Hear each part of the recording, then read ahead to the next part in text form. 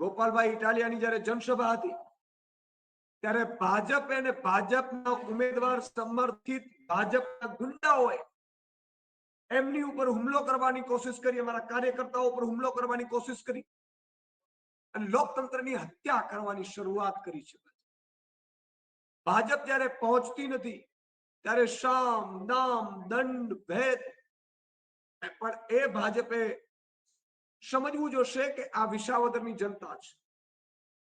ન વિસાવદરની જનતા ડરવાની છે તમારી તાનાશાહીથી, ન આમ આદમી પાર્ટીના કાર્યકર્તાઓ ડરવાના છે કે ન ગોપાલ ઇટાલિયા ડરવાના છે.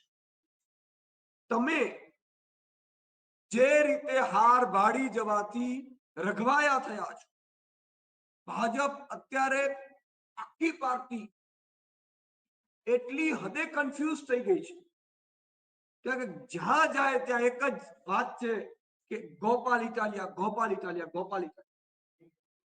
ત્યારે ભાજપે જે કાયરતાપૂર્ણ કામ કર્યું છે, ભાજપના નેતાઓએ અત્યારથી ગુંડાગર્દી દેખાડી છે. વિસાવદરની જનતા ક્યારે ગુંડાઓને સ્વીકારતી નથી. વિસાવદરની જનતાઓ ક્યારે લુખ્ખાને, બળાત્કારીઓને, કૌભાંડીઓને સ્વીકારતી નથી. ત્યારે વિસાવદરની જનતા